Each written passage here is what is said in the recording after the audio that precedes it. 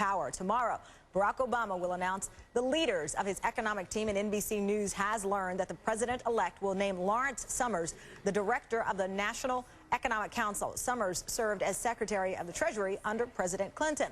And the Obama team is also promoting an economic plan aimed at keeping and creating jobs. In his weekend radio web address, the president-elect says his plan would include rebuilding roads and bridges and modernizing schools. The plan also calls for developing alternative energy sources. And in a report today, Democratic congressional leaders plan to begin work in early January on several pieces of legislation to have them ready for Barack Obama to sign once he takes office. They include an economic aid measure. Let's talk about this with A.B. Stoddard, who's in Washington, D.C. A.B. is the associate editor and columnist with the Hill newspaper. Good morning, A.B. Good to see you. Good morning, Tamron. So what do we think, or what do you think about Barack Obama's economic team that he's announcing tomorrow, and what we heard from him on the web yesterday? Well, I think you're seeing this two-pronged approach.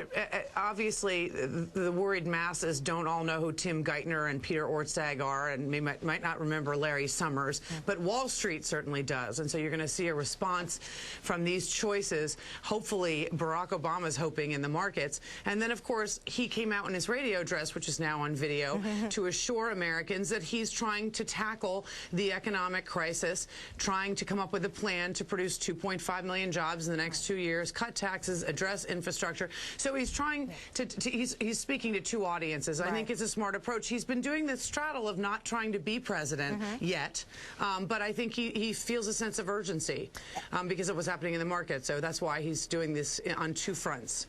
A.B., Eleanor Cliff was on with me earlier, and she called it a bold move by Barack Obama, the pledge for an incredible amount of jobs and creation of jobs, and even the economic team that he is expected to announce tomorrow. Would you categorize it as a bold move on his part so far? Because I'm also reading bloggers who are saying, how's he going to do this? He needs to be more specific.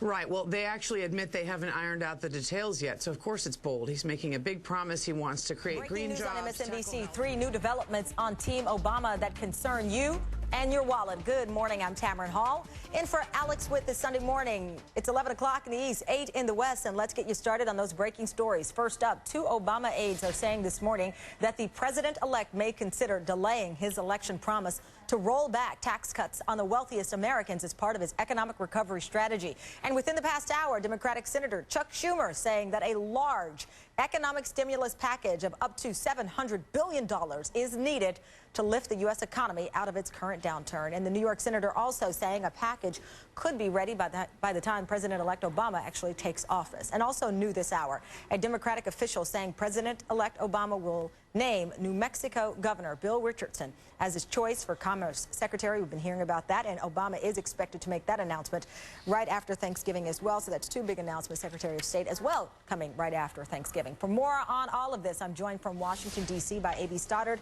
associate editor and columnist from the Hill newspaper. Interesting morning here, A.B. I want to start off with Obama delaying his promise to roll back tax cuts, or thinking about delaying it. We don't know if this is actually going to happen or not, but what is your take on what we're hearing this morning on these Sunday morning talk shows?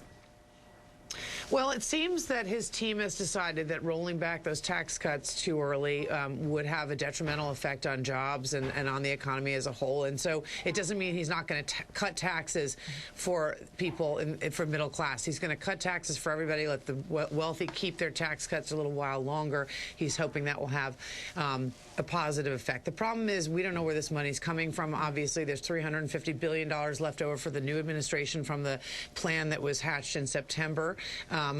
But obviously, there's $1 trillion that the government doesn't have and has to be paid back. So I don't know if they're going to mint this money or what they're going to do. But these numbers, whether we're going to have a $600 billion stimulus or a $700 billion, they don't mean a lot right now because we really still don't know what we're going to be dealing with after January 20th. We don't know what's going to happen in the markets. We don't know.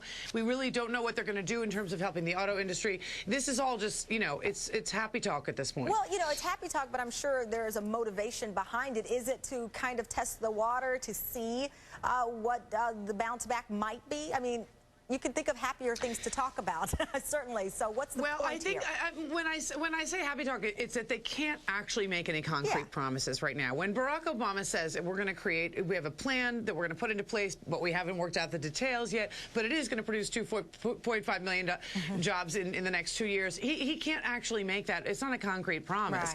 Right. They want to tackle, build green jobs, take care of infrastructure issues with roads and bridges. They want to tackle health care. This is very bold plan. We're going to cut everyone's taxes, and the rich get to keep their tax cuts too. I mean, we don't. He's trying to calm Americans about the economy. He's trying to calm Wall Street about the stock market. I understand why he's doing it. I'm just saying, don't take any of these numbers to the bank. It doesn't mean that those jobs are going to appear, or we're going to see a stimulus package in the window of $700 billion by Valentine's Day. We're just not. We're not dealing with concrete terms here. Let's talk about Commerce Secretary. The naming. We're expecting Bill Richardson to get that position in the cabinet. We talked about it on Friday. It was kind of presented out there. What's your take on this position for him and what it could mean? Obviously, and I want to factor this in, we've been hearing at the end of the week a lot of Latino community advocates who were concerned that there had been no representation of their community, and now we're hearing about Richardson. Absolutely. There was, he was a contender for Secretary of State. Right. Bill Richardson is qualified. He's had almost every job in government. He's been a successful governor. He's been a congressman. He's been a UN ambassador, energy secretary. He can do anything with his hand behind his back, and I think he's qualified clearly to take the realm at the reins, at Commerce. It was a concern that when he was clearly on the outs for Secretary of State and looked like Hillary Clinton was going to get it, that there weren't any Latinos yet named to his administration. This will make them that community happy, but although I'm sure they'll be looking for more positions to be filled by other Latinos. But Bill Richardson can do that job. He could do a number of jobs in the Obama administration. All right, AB, thank you very much for responding to the big headlines happening right now. Certainly appreciate it. And let's head now to Russell Perlman, Senior Markets Editor for Smart Money Magazine. He joins us now for his take on these big headlines. I'd love to hear what you think about it, too. Let's start off the way we did with AB. The talk of Obama, the promise of rolling back tax cuts for the wealthiest may not happen. Yeah, amazing. A politician not following through on a promise. That never happens. But again, Senator Obama kind of hinted at this during the campaign that, depending on how the economy was shaping out, maybe they would not raise taxes right away. This would not be the first priority. And I think that now that they're going to be going into power, that they're recognizing the economic realities, and that raising taxes doesn't necessarily, it's not always the best thing to do when the economy is reeling. What changed in this last few weeks, before he won the race to come to this conclusion, if this is the conclusion they're going to go with? I think there's a couple things here. First, that they're recognizing that they don't want to take money out of people's pockets when there are other forces already taking money out of people's pockets, whether it's high energy prices, whether it's the fact that people are losing their jobs. So I think that's one thing. And a second thing is, I think in the short term, they don't mind taking on a lot more debt right now, because really, what's another $700 billion among friends? We've already spent $350 billion. We're going to be spending probably more of that from this earlier bailout program. So at least in the short term, they're going to make the decisions that deficits don't matter. We will pay for all this projects years and years from now. AB made a great point, though. Really, we're talking all of these numbers, but it kind of comes off as semantics, because who knows what the situation will be January 20th when Obama does take office. We're talking about retail sales being, I'll put it bluntly, in the toilet. Terrible, yes. And if that is the case, you're going to have more people losing their jobs. I know of several people who own small businesses that are kind of clothing retailers that are struggling, that may not be open after the new year. Right. And you're right. It's going to continue. Both manufacturing and service jobs are going to continue to fall. And that's what pretty much Wall Street is going to be following here, is like, at what rate are we having job losses here? And that will probably determine both kind of where the stock market goes here, at least for the next 6 months, and also probably what those details end up being with President-elect Obama's, what specific details they will look to see.